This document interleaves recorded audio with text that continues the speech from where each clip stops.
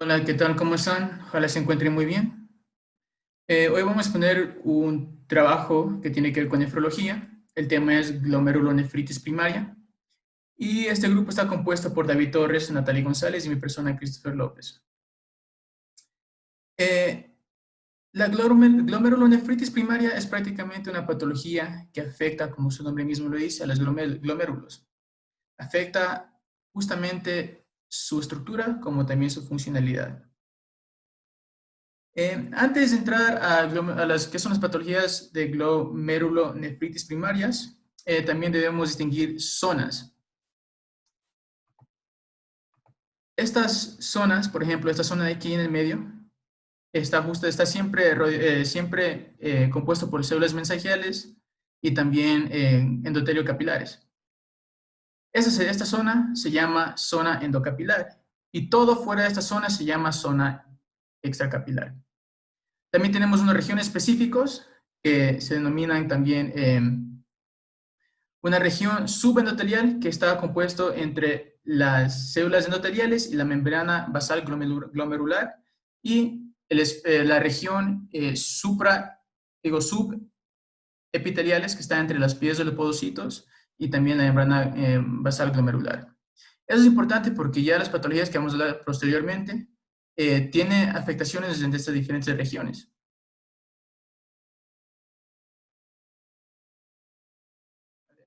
Tenemos una clasificación entre proliferativas y no proliferativas. Las proliferativas tenemos las mensagiales IgA, la membrana proliferativa o membrano capilar, la postestreptocócica y extracapilar. Dentro de las no proliferativas tenemos la nefropatía por cambios mínimos, la glomerulosclerosis segmentaria y focal y también la glomerulonefritis membranosa o extramembranosa.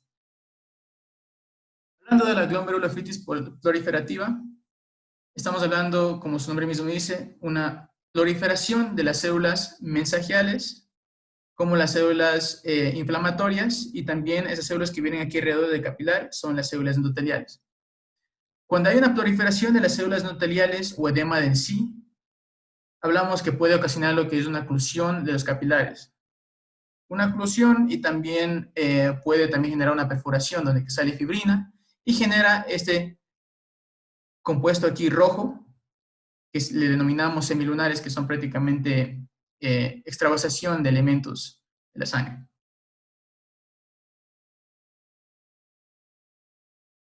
Cuando hablamos de la glomerulonefritis mensagial IgA, también denominado enfermedad de Berger, se caracteriza por el depósito de inmunocomplejos IgA en las células mensagiales, como vimos que era en la región endocapilar.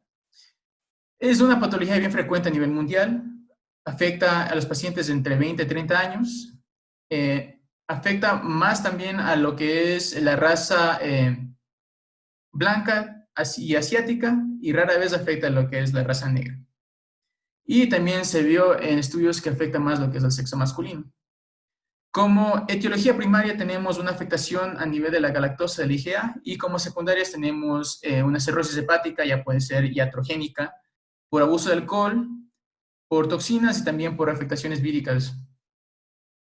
Y cuando hablamos de enfermedad inflamatoria intestinal, un ejemplo puede ser la enfermedad de Crohn's y enfermedades autoinmunes como la artritis reumatoide.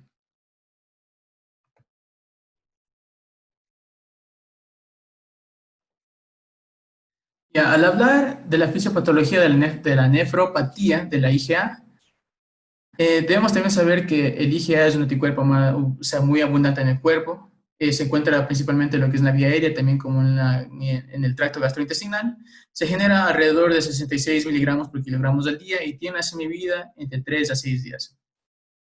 Como sabemos que este anticuerpo IgA tiene una forma de T, está compuesto por 4 polipéptidos, 2 cadenas ligeras y 2 cadenas pesadas, que están fuertemente unidos por lo que es la galactosa. ¿Ya? La patología surge cuando hay una afectación de la galactosa. Cuando hay una afectación de la galactosa y aumenta el nivel de estas, que se genera el GD-IgA1, que es prácticamente IgA1 con defecto de la galactosa. Cuando el cuerpo detecta que hay un nivel superior del GD-IgA1, el cuerpo a su vez genera lo que es anticuerpos antiglicanos, que va contra este GDIGA1, y así forman inmunocomplejos. Esos inmunocomplejos, a su vez, se depositan a nivel de las células mesangiales mediante esos dos receptores, que es el CD89 y el CD71. Pero antes de salir de los capilares e insertarse a los niveles de las células mesangiales, vemos que el GDIGA1 tiene la posibilidad de aglutinarse y formar polímeros con otros IgA circulantes. ¿Mediante qué receptor? Mediante el CD89. El CD89, su función principal es prácticamente unirse a estos IgA1 defectuosas y anular su funcionalidad, pues. Pero en vez se aglutina con otros IgA y mediante el CD71 se une a lo que es de las células mesangiales. Así esta prácticamente activa lo que son los complementos, y activa los complementos mediante lo que es la vía lectina y alternativa.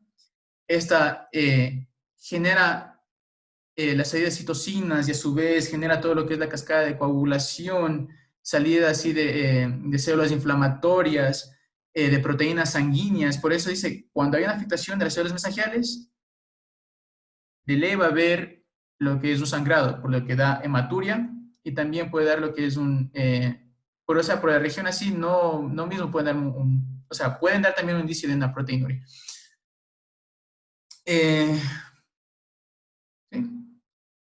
¿Sí? La histología, a su vez, es importante mediante para el diagnóstico de qué tipo de glomerulonefritis primaria puede ser. Por ejemplo, aquí en la biopsia renal solo se hace en pacientes que tienen, o sea, o tienen antecedentes o tienen un cierto indicio de tener lo que es un mal pronóstico. Por ejemplo, un paciente que en 24 horas se eleva la proteinuria a 0.5 a 1 gramo. O pacientes que pueden presentar una insuficiencia renal. Sí podemos ver acá la imagen. Aquí en la imagen podemos ver aquí en los cortes histológicos la hipercelularidad a nivel de las células mesangiales. En esta imagen de acá igual vemos lo mismo. Vemos el indicio aquí de una semiluna que también nos puede indicar que es una enfermedad ya avanzada. Y también podemos ver una retracción también de lo que es el espacio de Bowman. Ahorita también la prueba mediante inmunofluorescencia es fundamental, ya que eso nos indica precisamente qué tipo de inmunocomplejos se ha depositado y en qué región. Aquí prácticamente se deposita bastante lo que es el IgA y el C3.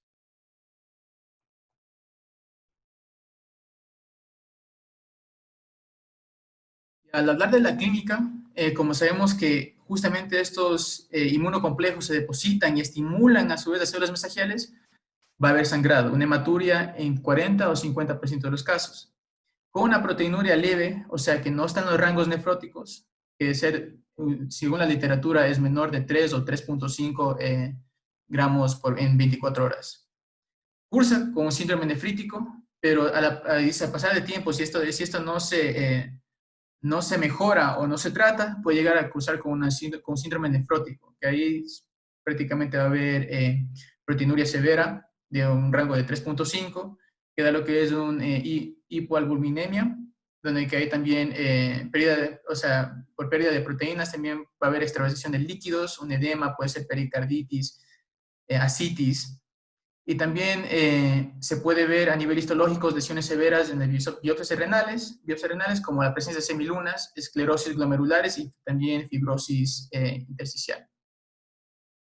El tratamiento consiste prácticamente con el uso de IECAS o ARA2 en pacientes que sufren hipertensión arterial o pacientes que tienen lo que es la creatinina séricas superiores a 1.5 miligramos por decilitro o una proteinuria mayor de 300 miligramos. También se puede usar en pacientes con niveles altos de proteinuria que uno desea bajarle a un nivel menos de 500 miligramos por decilitro. Y también se puede usar el uso de corticoides como el metilprednisolona. Y esta prácticamente se usa para evitar que llegue a una enfermedad renal crónica terminal.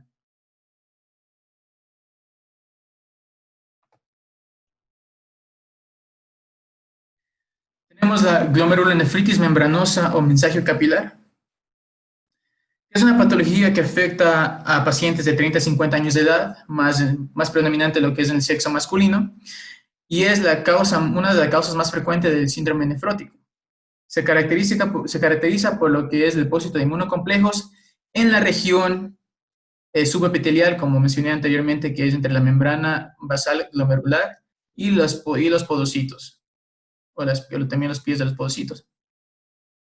Como etiología primaria tenemos un defecto del gen que codifica el PLA2R, que posteriormente voy a explicarles qué es, y como etiología secundaria tenemos infecciones como por ejemplo hepatitis B, hepatitis C, farmacológica como el uso de AINES, y neoplásicas, por ejemplo, cuando tenemos cáncer de pulmón, cáncer de colon y cáncer de piel o una melanoma.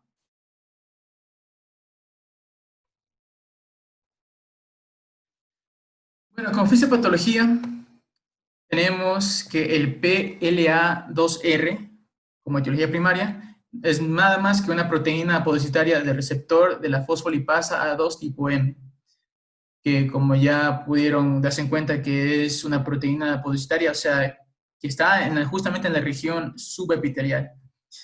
Cuando hay defecto de este, el cuerpo genera anticuerpos IgG4 que atraviesan lo que es los capilares glomerulares y se unen a este tipo de proteína y forman así inmunocomplejos que activan lo que es el complemento por vía lectina.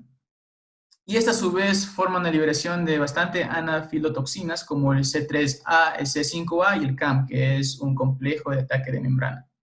Y así genera prácticamente lesiones de la membrana basal glomerular.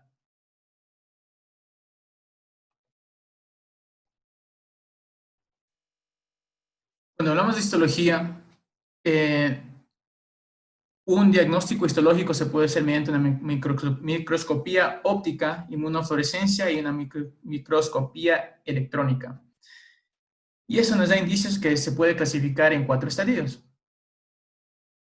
Estadio 1, mediante lo que es el microscopio electrónico, se puede ver un engrosamiento a nivel de la membrana basal glomerular y también depósitos del mismo. Y mediante una prueba de inmunofluorescencia se puede ver un depósito de IgG y la mayoría de los casos se puede ver también el C3. Estadio 2, si pueden ver, o sea, tenemos sustancias que es similar a lo que es la membrana basal glomerular y unos tipos de púas que se denominan spike. Estas prácticamente se generan cuando hay una reacción de los depósitos a nivel de la membrana basal glomerular y que está prácticamente compuesto por lo que es de colágeno tipo 4, componentes no colagenosos y también proteoglicanos y vitronectina. Cuando llegamos al estadio 3, vemos que los depósitos siguen acumulándose, dando aún más positivo en lo que es la inmunotinción. Como puede ver en la imagen, se depositan justamente aquí en la región subepitelial y formando lo que es complejos inmunes.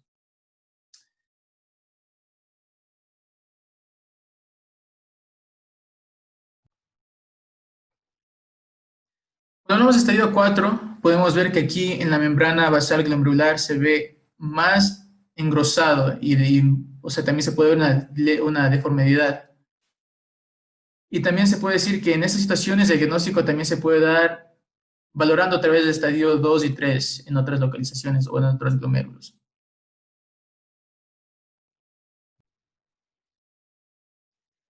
Bueno, al hablar de la clínica, vemos que el 80% de los casos cursa con lo que es un síndrome nefrótico completo, que es caracterizado por una proteinuria mayor de 3.5 gramos en 24 horas. Esto a su vez genera un estadio de hipoalbuminemia, que es, o sea, un estadio donde que el cuerpo está baja de albúmina en el torrente sanguíneo, y esto prácticamente disminuye lo que es la presión oncótica, genera lo que es extravasación de líquidos y genera edema. Y a su vez el cuerpo, al detectar la pérdida de volemia, trata también usar métodos compensatorios a nivel de riñón, donde que ésta reabsorbe bastante lo que es el agua y el sodio, a su vez añadiendo más a lo que es el problema del edema. Y también a nivel hepático existe también un método de compensatorio donde que el hígado trata de sintetizar más proteínas por el estado de hipogluceminemia que tiene, pero este genera bastante lo que es el LDL, por lo que genera también a su vez una hiperlipidemia. También se vio que con la proteinuria también hay pérdidas de inhibidores de la coagulación, por ejemplo la antitrombina 3, que esta a su vez da lo que es un estadio donde que se puede generar coágulos en el cuerpo y como dice ahí en la diapositiva mismo, esta puede también formar lo que es un tromboembolismo pulmonar como primera manifestación clínica. Y a veces también se puede ver afectado lo que es la tensión arterial por una insuficiencia renal crónica.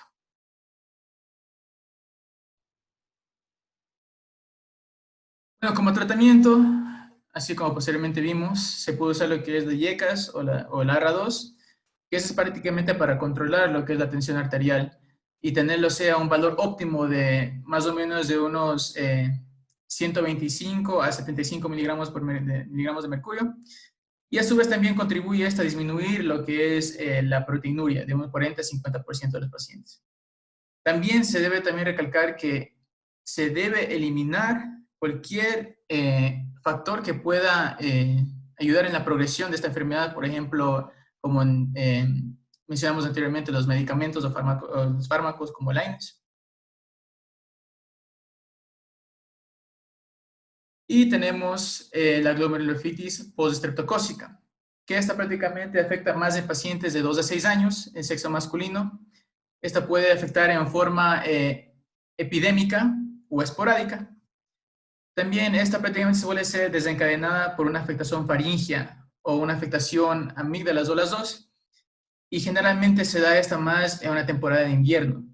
Y como también se puede ver en el nombre mismo, puede ser más por el germen Streptococcus beta hemolítica del grupo A. La patología prácticamente se basa en la inmunología y la inmunidad humoral de las células que juegan un papel importantísimo en esta lesión renal.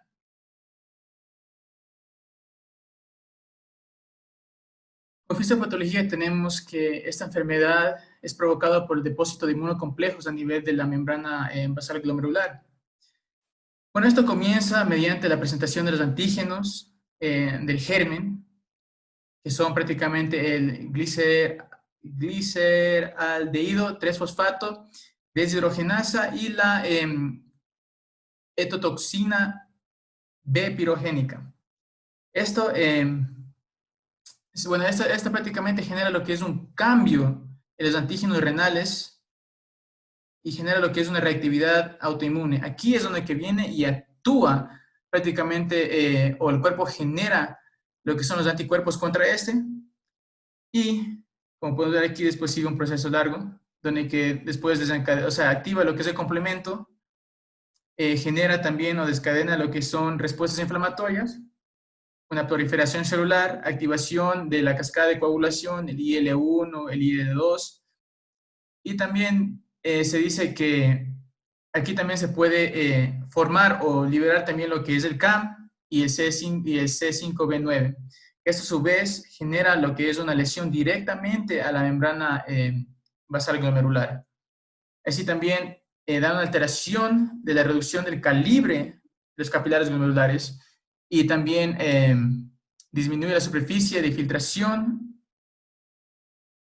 y la reducción de filtración glomerular.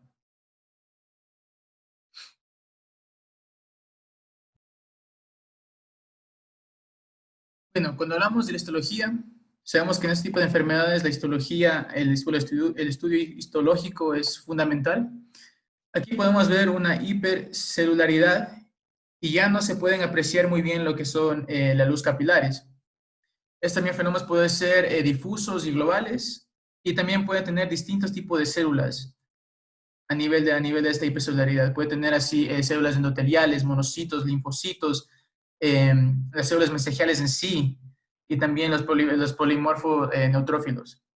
que se puede ver a lo que es la filtración a través de los capilares sanguíneos. También se puede ver algo característico aquí, que son las formaciones hump o jorobas, que son prácticamente los depósitos de los inmunocomplejos.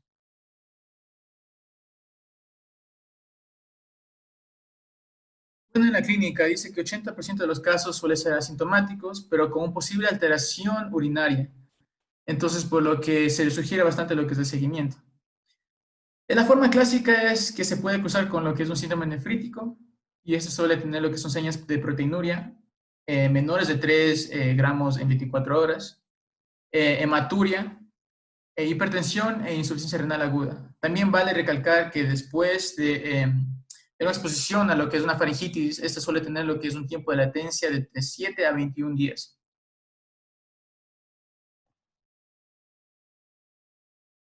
Como tratamiento, tenemos un tratamiento sostén para las personas que sufran de hipertensión. Se administra lo que es antihipertensivos.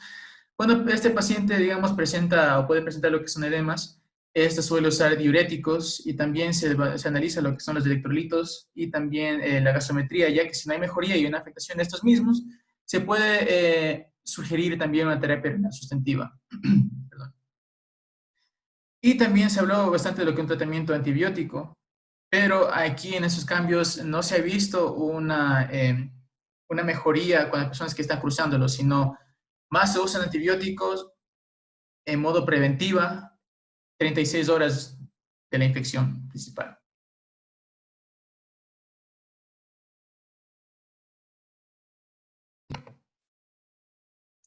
Hola chicos, ¿qué tal? Mi nombre es David Torres y a continuación seguiremos con la exposición y tenemos la división de glomerulonefritis proliferativa extracapilar. Decimos que esta es una manifestación histológica o extracapilar de un daño glomerular severo. En cuanto a su histología, podemos encontrar semilunas en la mayoría de los glomérulos. En cuanto a su clínica, va a presentar un deterioro renal, afectando directamente a su funcionamiento en tan solo semanas. Es decir, es de muy rápida evolución. Para su mayor entendimiento, hemos realizado una breve clasificación en la cual se subdivide en 3 tipos. El tipo 1 va a producir anticuerpos antimembrana basal glomerular. El tipo 2 va a producir complejos inmunes, mientras que el tipo 3 va a estar producido sin depósitos de inmunoglobulinas o complementos en los glomérulos. También esta es conocida como pausa inmune. Aquí tenemos un breve esquema asociado a los ANCAS, en el cual se subdivide en 4 tipos. El tipo focal, crescéntica, mixta y esclerótica. El tipo focal es igual o mayor al 50% de los glomérulos normales. Crescéntica es el 50 o igual a los glomérulos con semilunas celulares. Aquí cabe recalcar que el primero es a los glomérulos normales, mientras que el segundo es a los glomérulos con semilunas celulares. El tercer tipo es el mixto. Este va a presentarse con un 50% o más normal, también con 50% de semilunas celulares, o podría presentarse un 50% de los glomérulos globalmente esclerosados. Eh, También encontramos la fase esclerótica, en la cual el mayor porcentaje del 50% o igual va a ser de los glomérulos globalmente esclerosados. Su etiología, en cuanto a su etiología, podemos decir que estas lesiones semilunares van a estar conformadas por una porción variable, ya sea de células epiteliales o de monocitos. También encontramos otros tipos de células inflamatorias que se pueden encontrar aquí, como son los linfocitos y los fibroblastos en fases tardías.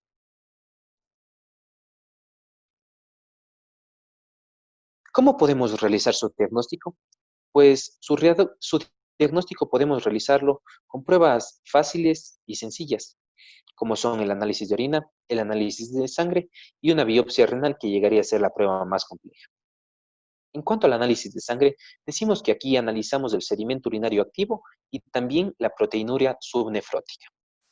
el análisis de sangre, vamos a observar las lesiones típicas de la insuficiencia renal aguda e indicaciones inmunológicas asociadas a la etiopatogenia. Mientras que en la biopsia renal, que va a ser un examen más complejo, se recomienda realizarse en caso de que sea estrictamente necesario. También vamos a observar un signo clínico de insuficiencia renal de rápida evolución. En el tratamiento vamos a encontrarlo con tres pilares fundamentales. El primero es la metilprednisolona, el cual se va a dar con una dosis de 7 a 15 miligramos por kilogramo de peso al día, sin sobrepasar su máximo de 1 gramo al día. En cuanto a la ciclofosfamida, esta va a ser de vía oral, de administración de vía oral, y su dosis va a ser de 2 miligramos por kilogramo de peso al día.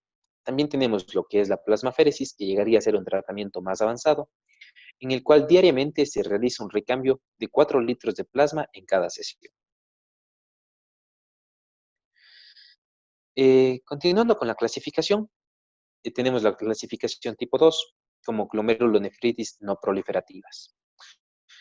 Esta de aquí va a dividirse en nefropatía por cambios mínimos, la cual se va a caracterizar por la presencia de un síndrome nefrótico puro y la ausencia de lesiones nefróticas en la microscopía óptica. Esto quiere decir que sus lesiones no van a ser vistas a simple vista, cabe recalcar, sino más bien para diferenciarlas se va a necesitar un microscopio electrónico.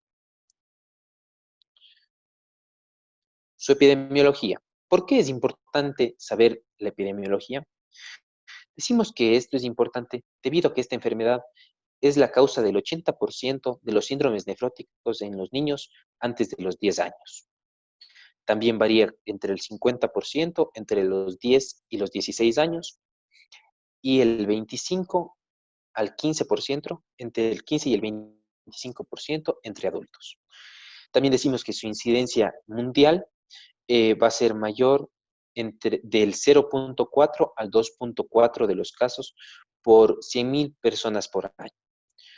Cabe recalcar que esta enfermedad es más común en América del Norte y en regiones de Europa.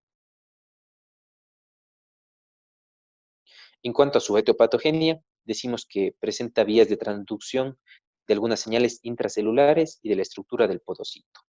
También encontramos una regulación anormal de los linfocitos T y de la síntesis de los factores que aumentan la permeabilidad capilar.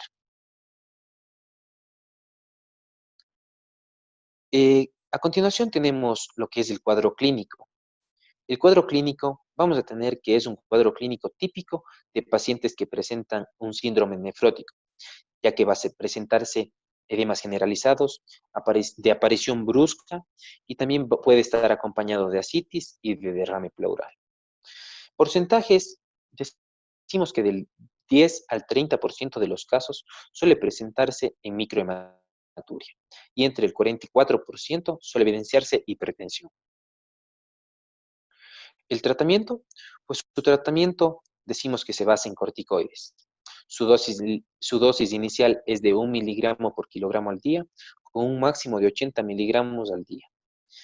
Y también decimos que una sola dosis por la mañana debería ser su administración correcta para evitar la supresión de la glándula suprarrenal. A continuación, mi compañera.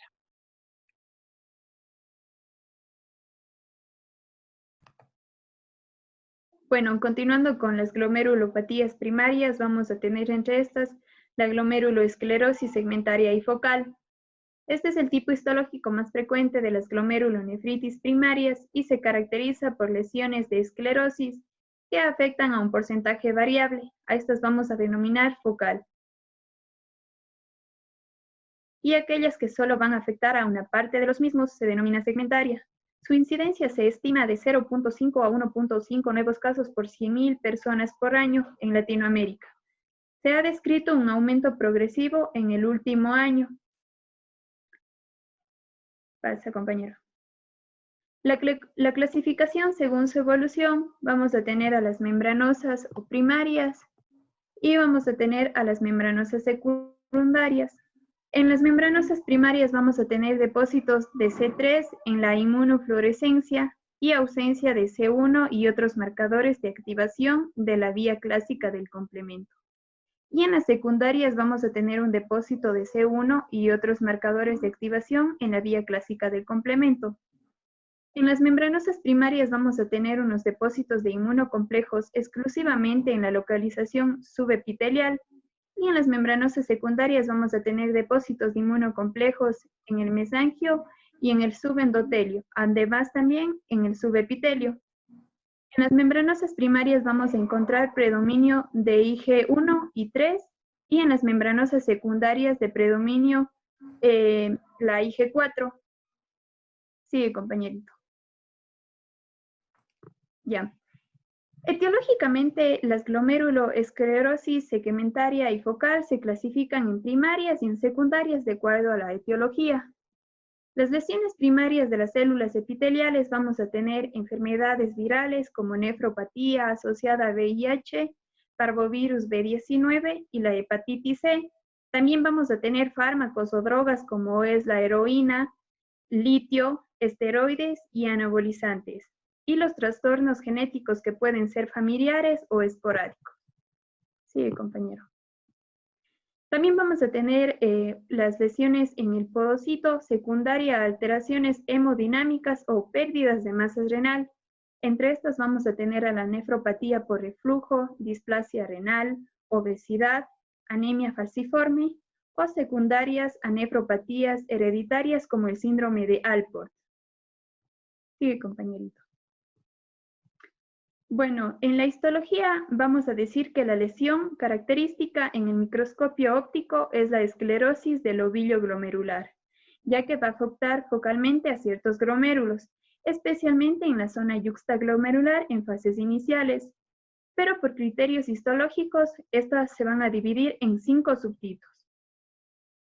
La primera forma perihiliar, que van a ver una lesión esclerosante que se va a encontrar próxima al hilio. La forma celular, que esta va a destacar un aumento de células endoteliales, extracapilares y polimorfonucleares. La forma tip lesión, que esta es una lesión próxima al túbulo, y la forma colapsante, que existe un colapso generalizado en los glomérulos. Sí, compañerito. Bueno, en la clínica vamos a encontrar que estos pacientes van a presentar una proteinuria que puede estar asociada a una microhematuria. También van a presentar edema, y la hipertensión arterial es común en el 25 y 50% de los casos en los pacientes adultos. Y esta está asociada a una reducción del filtrado glomerular. Las fórmulas idiopáticas y secundarias a mutaciones o infecciones víricas o toxicidad por fármacos, estas van a presentarse como un síndrome nefrótico. Sigue, compañerito. Bueno, de acuerdo a la patogenia, vamos a decir que estas lesiones están causadas por lesiones irreversibles de las células del epitelio visceral o de los podocitos, pero también se han visto implicadas las células del epitelio parietal. Los mecanismos patogénicos que causan esta lesión son poco conocidos tanto en las formas secundarias como en las formas primarias. Pasa, compañerito. Bueno, en el tratamiento vamos a tener 2 tipos de tratamiento: un tratamiento de primera elección y tratamiento de segunda línea. En el tratamiento de la primera elección, los pacientes con síndrome nefrótico y función renal normal se recomienda lo que es la prednisona durante 6 a 8 meses y se inicia con una dosis de 1 miligramo por kilogramo día y se mantiene durante 8 a 12 semanas.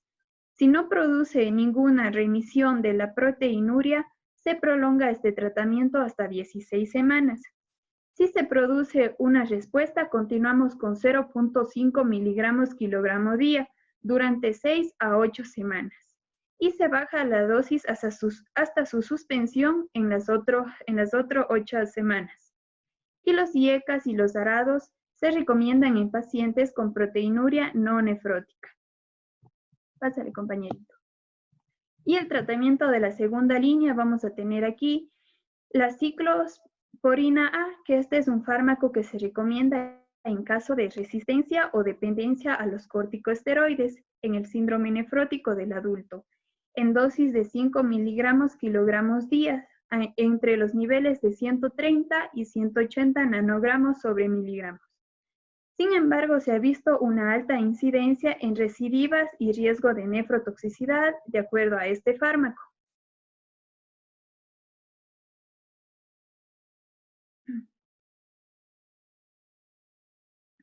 Ya. La nefropatía membranosa. Sigue, compañerito. Ya. La nefropatía membranosa, esta va a constituir una de las principales nefropatías más frecuentes tanto en los adultos como en los ancianos, pero esta es muy rara en los adolescentes y en niños. Esta patología está causada por un antígeno específico y anticuerpos que se van a depositar en la capa externa de la membrana basal glomerular y su incidencia se sitúa entre 5 a 10 casos por millón de población al año. Pasa, compañerito.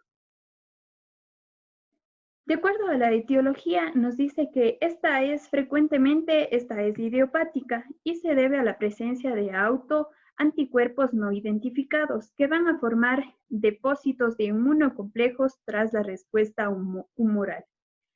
Puede estar relacionada con otras enfermedades, tales como las neoplasias, que estas son responsables del 5 al 10% particularmente, en el carcinoma del pulmón, el carcinoma de mama y colon, pero también pueden presentarse en enfermedades sistémicas, infecciosas o drogas. Pásale, compañero. Ya. En la histología, esta va a haber un engrosamiento de la pared de los capilares glomerulares global y difuso. Va a ser evidente en fases iniciales y se inicia por la formación de agregados inmunitarios subepiteliales, mientras que en las fases avanzadas existe una esclerosis glomerular de grado variable. La celularidad del glomérulo suele ser normal y gracias a la inmunofluorescencia, esta se puede apreciar unos depósitos granulares difusos de IgG y de C3. Pásale, compañerito. Ya. De acuerdo a la clínica, esta se va a presentar como un síndrome nefrótico completo, es decir, con una proteinuria mayor de 3.5, una hipoalbuminemia, una hiperlipidemia y los pacientes también van a presentar edema. El resto de los casos se detecta proteinuria no nefrótica y su diagnóstico se puede retrasar por la ausencia de los síntomas. Pese a que la microhematuria es frecuente, la hematuria macroscópica es rara y nos obliga a descartar la presencia de trombosis de las venas renales o tumores urológicos. Ya. Dentro de la anatomía patológica, nos dice que va a existir un engrosamiento uniforme y difuso de la pared de los capilares glomerulares, sin proliferación celular asociada, debido a la presencia de los depósitos de complejos inmunes a lo largo de la pared capilar. Vamos a tener en el estadio 1 depósitos de inmunocomplejos con pared capilar normal, es decir, que aquí no va a haber ningún engrosamiento. Pásale, compañerito. En el estadio 2 vamos a ver un engrosamiento de la pared glomerular y unas púas. Estas púas son prolongaciones de la membrana basal que tratan de englobar los depósitos inmunes. Pásale, compañero. En el estadio 3, las prolongaciones de la membrana basal han logrado ya rodear los inmunocomplejos y las paredes capilares y muestran un claro engrosamiento. Pásale, compañero. Y en el estadio 4 nos dice que la esclerosis avanzada aquí va a presentar una esclerosis avanzada de numerosos glomérulos como del túbulo intersticial. Pásale, por favor, compañerito. Ya, y dentro del tratamiento, aquí también vamos a encontrar dos tratamientos, un tratamiento conservador y un tratamiento específico. Dentro del tratamiento conservador, nos dice que el tratamiento con IECA y arados junto a un manejo general conservador es el más recomendado en estos pacientes sin síndrome nefrótico o con una proteinuria moderada menos de 4 gramos. En aquellos pacientes con síndrome nefrótico y función renal normal, se recomienda un periodo de observación y se sumará el tratamiento conservador con IECA y arados. Ya, nos dice que aquí se va a realizar un periodo de observación de 6 meses con una proteinuria superior a 8, sobre todo en varones mayores de 50 años. Pero si la proteinuria oscila entre 4 y 8 gramos, el periodo de observación se extenderá en 12 meses, sobre todo si son mujeres mayores de 50 años. Ya. Y el tratamiento específico nos dice cuando ya ha transcurrido el tratamiento conservador sin que aparezca ninguna remisión espontánea completa, es decir, una proteinuria menor a 0.3 gramos al día o parcial con una proteinuria mayor a 3.5 gramos o una clara tendencia a la disminución de la proteinuria nefrótica, se recomienda un tratamiento con ciclosporina que puede ser de 5 a 4 miligramos kilogramo día o los tacrolimus que son de 0.05 miligramos kilogramos día con un ciclo de corticosteroides que puede ser de 0.5 miligramos kilogramos día, más la ciclofosfamida que es de 1.5 a 2 miligramos kilogramos día o clorambucil que son de 0.2 miligramos kilogramo día. Esta se va a administrar durante los 6 meses. El tratamiento aislado con corticosteroides no da efectos favorables, por lo que no se recomienda esta opción. En pacientes con deterioro funcional renal, se ha combinado lo que es la prednisona y la ciclofosfamida por periodos más largos. Y en los pacientes que no ha habido ninguna respuesta, pueden considerarse otras opciones terapéuticas, como tenemos el rituximab y la corticotropina. Sigue, compañerito. Gracias, compañeros, por su atención.